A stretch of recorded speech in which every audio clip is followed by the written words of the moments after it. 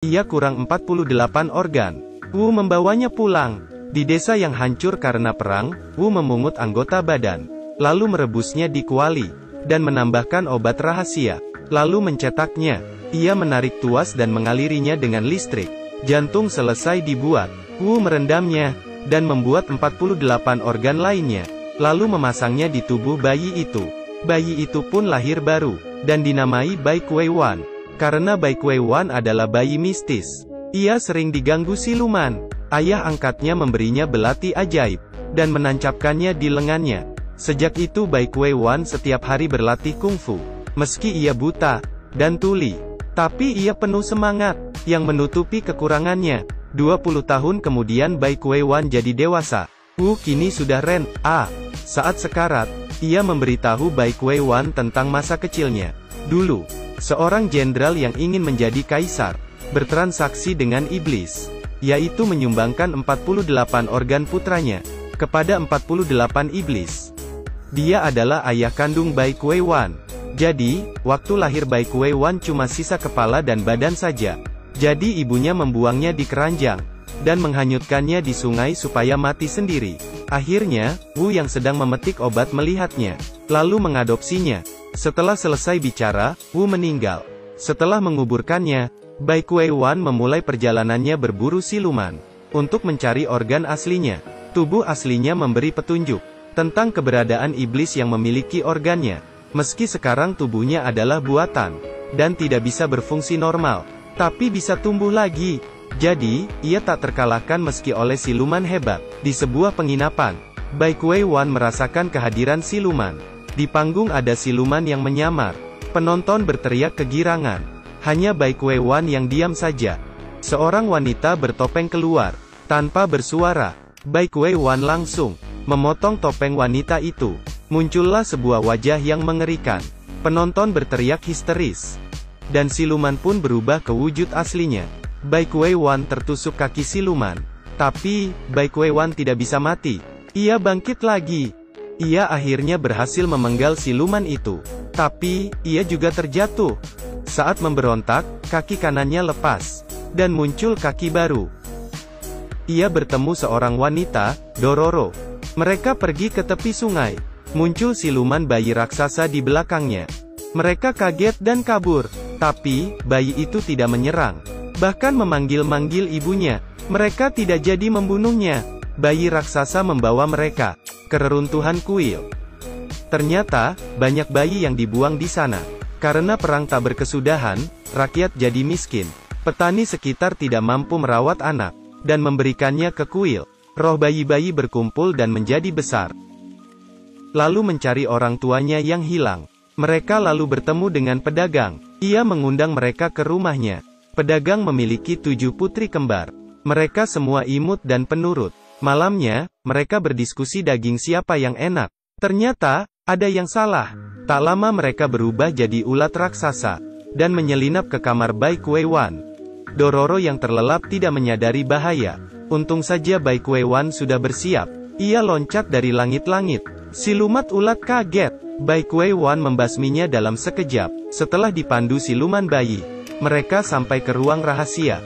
Di sana banyak telur ulat dan tulang bayi. Di sana juga ada terowongan rahasia, yang mengarah ke reruntuhan kuil. Ternyata, bayi-bayi yang dibuang itu, menjadi makanan ulat.